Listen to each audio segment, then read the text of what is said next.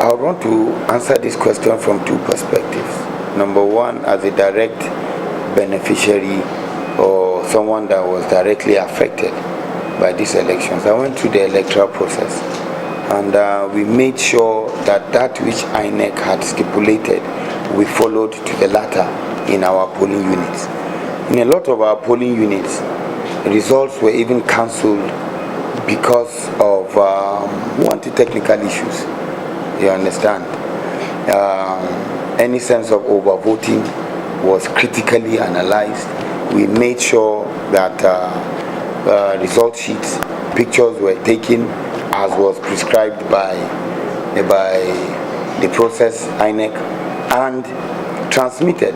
So all this we did. All this we did at the various levels of our election.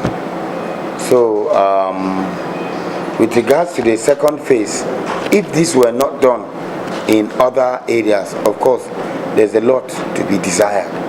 But to the extent of my elections, everything that INEC prescribed to be part of the process was done. Thank you, sir. Thank you. I want to say that, we had a very free, fair, and a very credible election, but I'm not going to give the credit all to INEC. I want to give it to, number one, to the People's Parliament, in enacting that new Electoral Act, that gave way for the usage of these beavers, so nobody can talk of stuffing of voting, into the boxes again. Secondly, I want to give it to Nigerians for participation. I mean, the massive participation this time around. I got to my polling unit around 8 a.m., 8:30 in the morning, and lo and behold, over 100 voters were already lined up, and I was like, wow, it never used to be like that, So I want to give it to Nigerians for their very, very active participation this time around. Lastly, INEC, even though I observed that there are rooms for improvement, in the training of their personnel and in getting materials to some of the distant venues on time, and ensuring that we have sufficient security men on ground. I think by and large it's a fair election, and the result reflects the wishes and the will of the people, and it's acceptable to me. It's acceptable.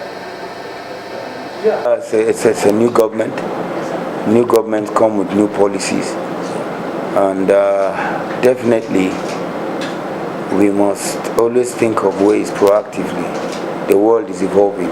How can we bring laws, just like what was considered today on the floor of the House, a bill to create solid minerals host communities.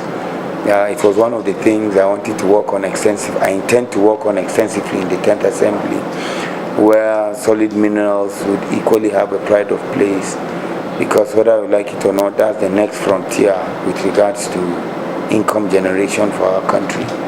So yes, definitely a lot is going to be different, because change is the only thing that is constant, and I intend to be part of that change. Can we talk about the election? No, go ahead. Impactful legislation will come from this table to the Parliament, and by the grace of God, will receive the necessary support to turn it to law.